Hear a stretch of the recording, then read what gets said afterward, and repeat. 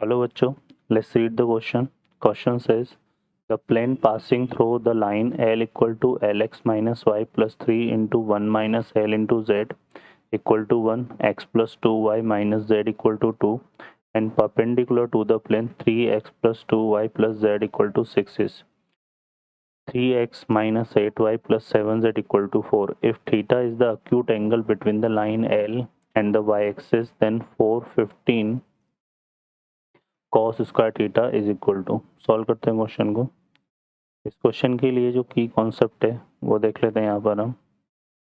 की कॉन्सेप्ट में अगर हम बात करें यहाँ पर तो क्या यूज़ करेंगे इसमें, देखिए यहाँ पर हम यूज़ में लेंगे यहाँ पर अगर हमारे पास कोई दो वेक्टर दे रखे हैं यहाँ पर A vector equal to a1 i cap b1 j cap and c1 k cap और एक बी वेक्टर दे रखा है हमारे पास a2 i cap b2 j cap and c2 k cap. तो इनका अगर क्रॉस प्रोडक्ट निकालना है a vector cross b vector तो ये हमारा कैसे डिफाइन होगा, i cap j cap k cap a1 b1 c1 a2 b2 c2। ठीक है, तो ये चीज़ आएगी। सॉल्व करते हैं क्वेश्चन को। अब इस क्वेश्चन में देखिए यहाँ पर हमें दो यहाँ पर प्लेन दिए हुए हैं और इनका एक प्लेन है जो पास हो रहा है किससे, इन दोनों प्लेन के पॉइंट ऑफ इंटरसेक्शन से, मतलब लाइन से, है ना। ठीक है, तो एक प्लेन पासिंग थ्रू मतलब इनके पॉइंट ऑफ इंटरसेक्शन से पास होने वाली जो लाइन है, ठीक है, इन दोनों प्लेन का जो पॉइंट ऑफ इंटरसेक्शन जो लाइन आएगी वो लाइन को से कहाँ कंटेन कर रहा है, एक प्लेन में कंटेन कर रही है। ठीक है, और वो प्लेन क्या है, इस परपेंडिकुलर टू इसके परपेंडिकुलर है। ठीक है, तो यहाँ पर हम ले लेते हैं इसको। तो यहाँ पर देखो क्या करेंगे हम, इसमें जो फर्स्ट लाइन प्लेन के फॉर्म में दी हुई है हम उससे उसके डायरेक्शन रेशियो को निकाल लेते हैं। तो यहाँ पर देखो जो b1 वेक्टर बनेगा फर्स्ट लाइन के केस में वो हम यहाँ पर लेंगे तो वो आ जाएगा li कैप। ठीक है, और माइनस का j कैप प्लस का 3 इंटू 1 माइनस एल के कैप, इस तरह से ले लेंगे। ये b1 वेक्टर हो गया और एक b2 वेक्टर हम यहाँ से निकालेंगे तो ये इस वाले प्लेन के कोरस्पॉन्डिंग हम ले लेंगे। तो यहाँ से आएगा i कैप माइनस का 2j कैप माइनस का k कैप। ठीक है, तो ये हमने i cap plus 2j cap sorry, तो ये हमारे पास आ जाएगा। क्लियर है। अब जो लाइन आएगी उसके डायरेक्शन रेशियो निकालेंगे हम यहाँ पे। तो डायरेक्शन रेशियो ऑफ लाइन, ठीक है, डायरेक्शन रेशियो ऑफ लाइन हमारा क्या बनेगा, देखो जो डायरेक्शन रेशियो ऑफ लाइन होगा ना वो ये दोनों प्लेन के डायरेक्शन के क्या होगा, परपेंडिकुलर होगा, है ना। तो इन दोनों के क्रॉस प्रोडक्ट से वो आएगा। तो इन दोनों का जो क्रॉस प्रोडक्ट बनेगा उससे हमारे पास डायरेक्शन रेशियो ऑफ लाइन आ जाएंगे। तो आई कैप जे कैप के कैप यहाँ पे आएगा एल -1 3 इंटू 1 माइनस एल, यहाँ पे आ जाएगा हमारे पास 1 2 एंड -1। ठीक है, अब हम इसको सिंप्लीफाई करेंगे यहाँ पर। तो आई कैप का कोफिशिएंट देखो क्या बनेगा, यहाँ से आएगा -1 1 तो ये 1 हो जाएगा।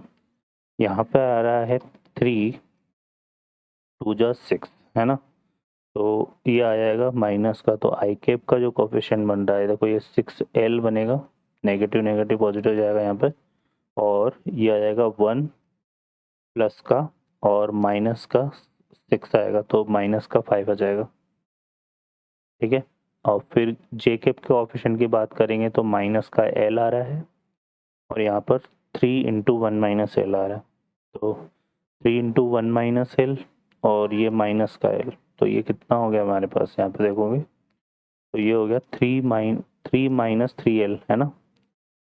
ठीक है, एक तो ये बनेगा, इसको इससे करेंगे तो माइनस का l आ गया और इसको इससे करेंगे तो -3 इंटू 1 माइनस एल आएगा, तो ये प्लस का कितना हो जाएगा 2l, है ना, माइनस का 2l हो जाएगा।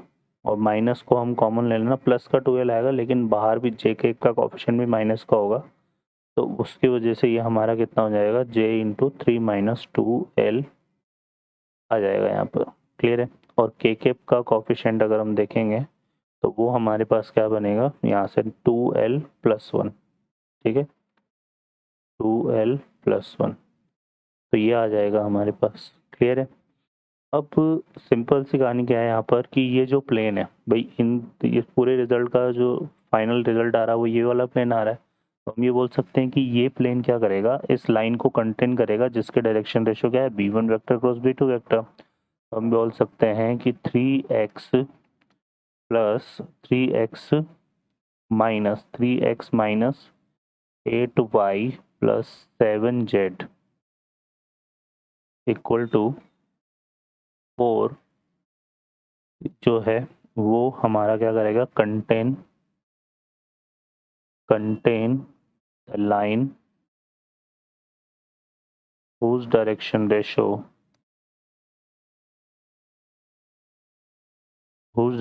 ratio is b1 vector cross b2 vector. ठीक है, तो ये आ जाएगा हमारे पास, है ना। तो ये इसको कंटेन करेगा लाइन को। अभी इस लाइन को अगर कंटेन कर रहा है, ठीक है, तो हमें पता है कि ये लाइन क्या होगी, ये प्लेन के परपेंडिकुलर, है ना। ये हो जाएगी प्लेन के नॉर्मल के परपेंडिकुलर। ठीक है, तो यहाँ से देखो इस प्लेन के डायरेक्शन रेशियो क्या है, 3 है, और इसका डायरेक्शन रेशियो 6 है। तो इनका प्रोडक्ट जो है a1 a2 plus b1 b2 plus c1 c2 equal to 0 बनेगा यहाँ पर। तो 3 इंटू ये आ जाएगा 6l-5 प्लस फिर आ जाएगा हमारे पास माइनस का 8 इंटू 3 माइनस 2l।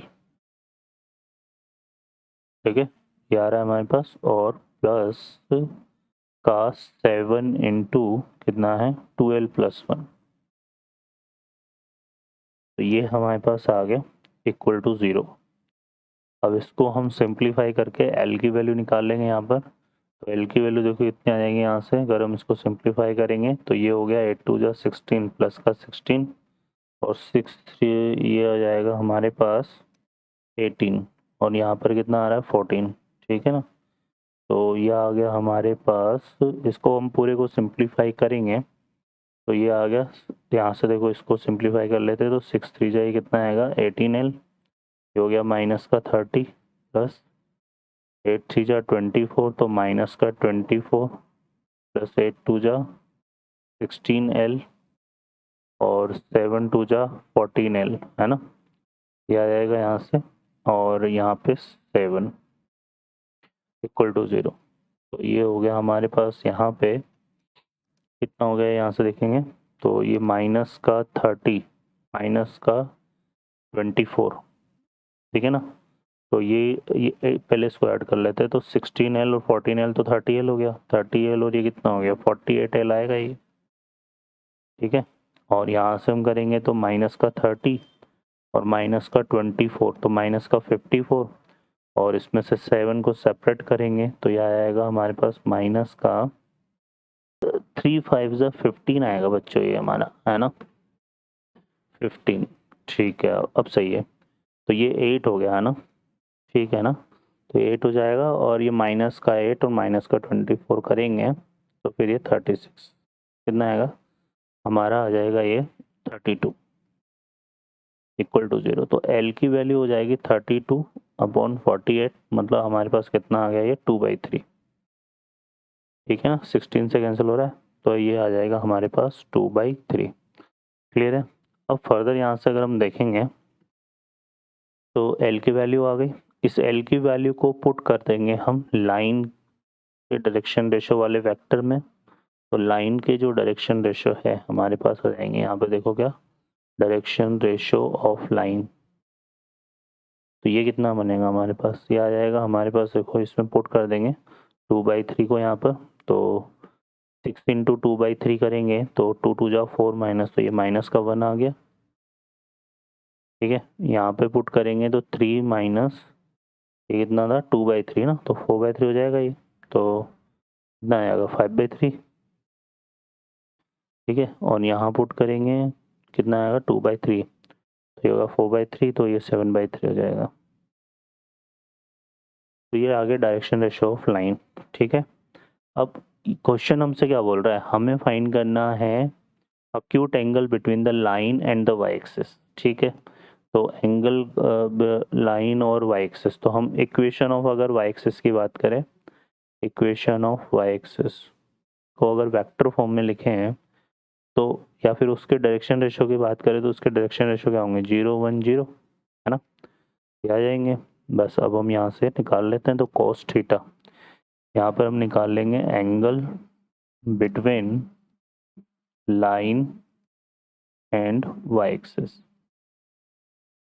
तो यहाँ पे 0 इंटू -1 0, 0 इंटू 7/3 0, तो यहाँ पे कितना आएगा 5/3 और अपॉन अंडर रूट, एक तो आएगा 0 का स्क्वायर, 1 का स्क्वायर, 0 का स्क्वायर, तो 1 ही हो जाएगा। और इसका करेंगे तो -1 का स्क्वायर कितना आ गया 1, 5/3 का स्क्वायर 25/9 और 7/3 का स्क्वायर जो हम करेंगे तो 49/9 आएगा। ठीक है, अब इसको सिंप्लीफाई कर लेते हैं यहाँ पर। तो ये हो रहा हमारा 5 अपॉन अंडर रूट ऑफ 83।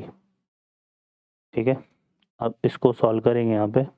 तो ये वैल्यू जो आई है ना हमारे पास, ये क्या था, cos थीटा इक्वल टू आई है, क्या आएगी, cos थीटा इक्वल टू, ठीक है। तो ये हमारा इसी तरह से डिफाइन था, cos थीटा इक्वल टू। तो हमें क्या फाइंड करना है यहाँ पर, 415 cos स्क्वायर थीटा की वैल्यू निकालनी है। तो यह आएगा 415 इंटू 5 का स्क्वायर कितना हो गया 25 और अंडर रूट का 83।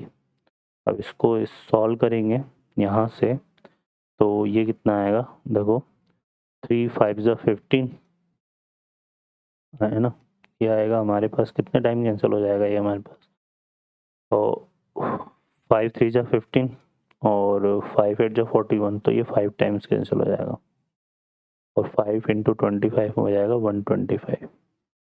तो ये इसका आंसर आ रहा है 125। ठीक है बच्चों, तो इस क्वेश्चन का आंसर हमारा 125 होगा। I hope you understand well, best of luck, thank you.